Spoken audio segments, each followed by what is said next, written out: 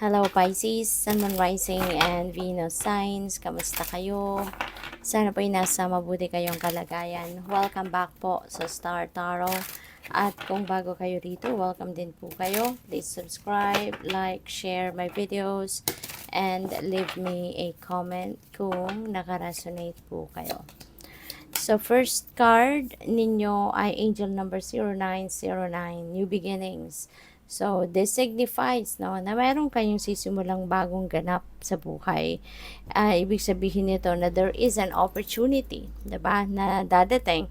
Kaya kayo magkakaroon ng pagkakataon na makapagsimula ng bagong yugto sa buhay ninyo because of this opportunity.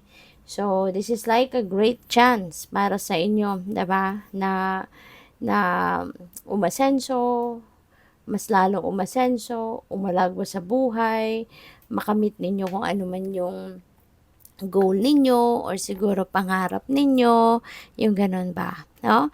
So, this is like a new endeavor, this is like a new adventure para sa inyo. Probably then, major change. Pwedeng magdudulot din ito ng isang malaking pagbabago, sa buhay ninyo kung ano man ang opportunity na to na dadating. Alright? This is going to be like a game changer. So, we also have the angel number 2112. Ayan. So, sabi dito, someone watching over you. Diba? And this is not tao. This is not a person. Feels like this is your spirit guide.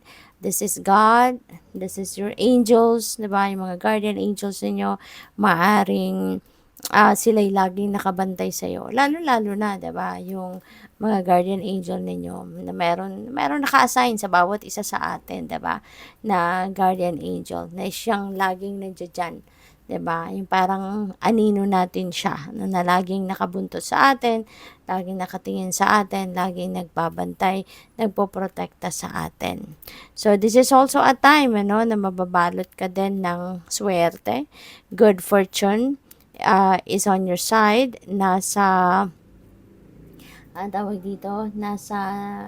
Kumbaga nakabaling sa inyo sa ngayon ang good fortune, ang swerte. Kaya, sooner or later, your dreams also will come true. Kasi nga, papasok na yung swerte sa inyo. Kaya kung ano man ang mga bagay na pinagkakaabalahan ninyo, mga bagay na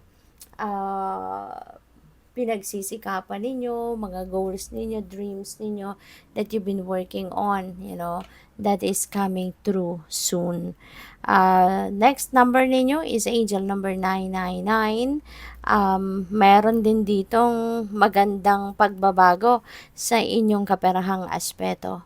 Maybe this is going to be the start of you experiencing that balance in your life, lalo-lalo na pagdating sa inyong kaperahang aspeto.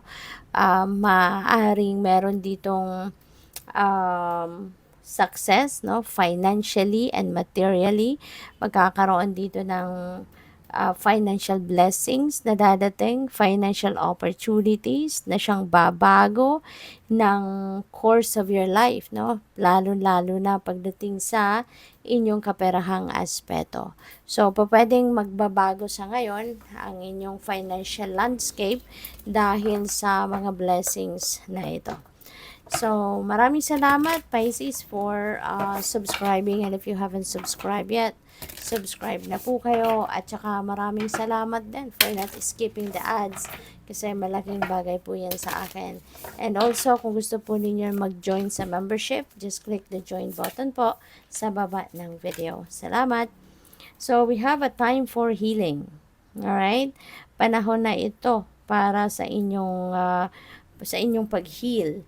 'Di ba? Makakatulong ito na maging mas maayos, maging mas magaan ang journey ninyo sa buhay if nandoon na kayo sa healing, or might as well, 'di ba? Kung nakapag-heal na talaga kayo, mas magiging maliwanag, maaliwalas, maswerte, dadating na yung mga good things and positive situations sa buhay ninyo.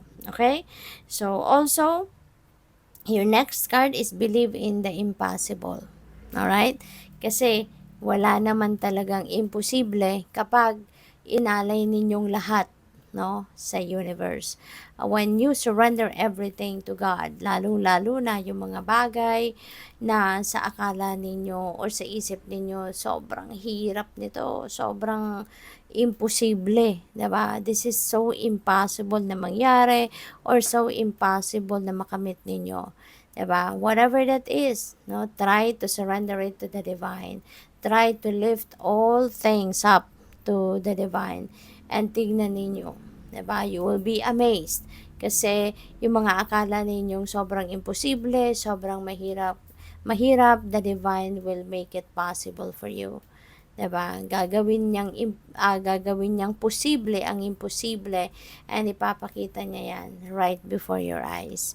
Kaya 'wag ninyong maliitin, no, ang kakayanan ng divine universe.